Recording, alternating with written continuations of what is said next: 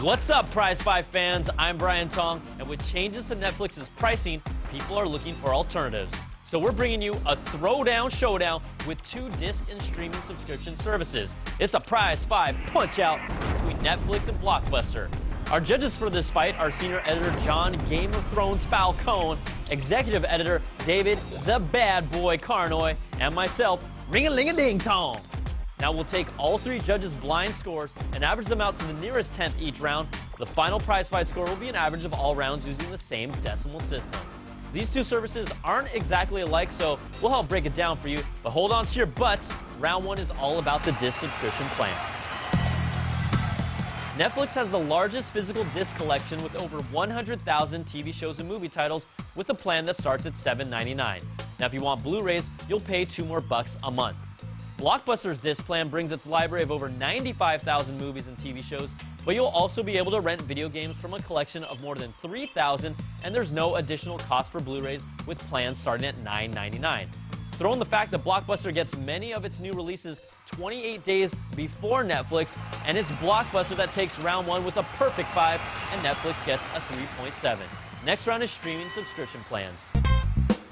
Neither company has released specific numbers for their streaming collections, but Netflix's $7.99 streaming plan is packed with older movies, and it shines when it comes to catching up with TV series from the past. But when you're done with that, what's left? Its biggest drawback is its weak library of new and current content that we all care about. Now, Blockbuster doesn't offer a monthly streaming plan. Instead, it's an on-demand service with little to no TV show content, where you can rent new movies for $3.99 a pop or purchase them as well. Its advantage is that it still brings new titles 28 days before Netflix, but the costs will add up fast. Netflix takes round 2 with a 3.7, and Blockbuster gets a 2.7. So after averaging 2 rounds, Blockbuster leads by 0.2 of a point. Round 3 is device support.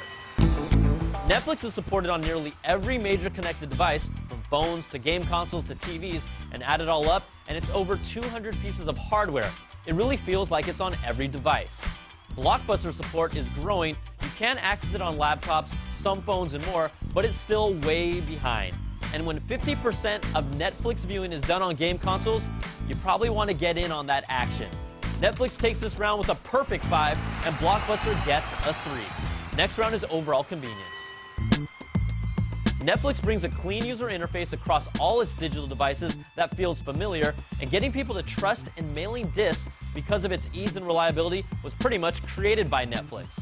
Now, Blockbuster's web interface needs a little streamlining, but it's not horrible. Its flexible disc-by-mail program is solid, but the differentiator here is the ability to walk into a physical Blockbuster store and swap out your rentals. Now, that sounds great if you're close to one, but there aren't that many left. Netflix takes another round with a 4, and Blockbuster gets a 2.7. So after averaging 4 rounds, the tables have turned, and Netflix now leads 0.7 of a point. The final round that will decide it all is combined value. Things have cooled to a simmer after a hot boiling period with the new price changes that split Netflix's streaming and disc rental plans. But let's do the math. Even after the split, if you add up both the disc plan and the streaming plan at $7.99 each, you're spending just under $16 a month. Now let's look at the Blockbuster plan. It starts at $9.99 for disc rentals, and yes, that includes Blu-ray and games. But if you watch just 2 on-demand movies in a month, you're already at $17. Now these plans come down to what kind of content you care about, but Netflix looks like the more compelling of the 2, and it takes the final round with a 4.3, and Blockbuster gets a 3.